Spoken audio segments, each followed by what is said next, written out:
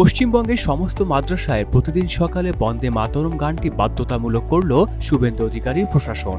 তাও আবার আংশিক নয়, গানের পূর্ণাঙ্গ ৬টি স্তবকই গাইতে হবে শিক্ষার্থীদের।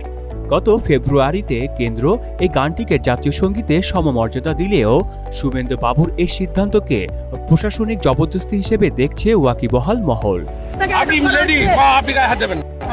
সমালোচকদের প্রশ্ন, শিক্ষা দপ্তরের বেহাল দশা, তীব্র শিক্ষক সংকট এবং সিলেবাসের আধুনিকায়নের মতো বুনিয়াদী সমস্যাগুলোকে বুড়ো আঙুল দেখিয়ে কেন এই রাজনৈতিক ফরমান? বন্দে মাতরম নিয়ে এই জবরদস্তির রাজনীতি এখন ভারত জুড়ে। কখনো তামিলনাড়ুর মুখ্যমন্ত্রী বিজয়, আবার কখনো কেরালার ইউডিএফ জোট এই গান নিয়ে বিতর্কে জড়িয়েছে। কিন্তু ওয়াকিবহাল মহলের মতে দিল্লির সিদ্ধান্তের চেয়ে কয়েক ধাপ এগিয়ে গিয়ে পূর্ণাঙ্গ গানটি বাধ্যতামূলক করার এই সিদ্ধান্ত আসলে এক প্রকারের প্রশাসনিক জবরদস্তিরই শামিল।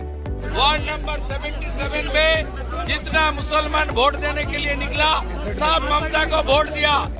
দেশপ্রেম অন্তরের বিষয়, কোনো প্রশাসনিক আদেশ তো জোর করে গেঁথে দেওয়া যায় না। শিক্ষা পরিকাঠামো উন্নয়নের বদলে শুভেন্দু প্রশাসনের এই আবেগভিত্তিক সিদ্ধান্ত কেবল সস্তা রাজনৈতিক ফায়দা তোলার চেষ্টা বলে মনে করছেন বিশেষজ্ঞরা। আহসানুল হৃদয়, মোহন অনলাইন।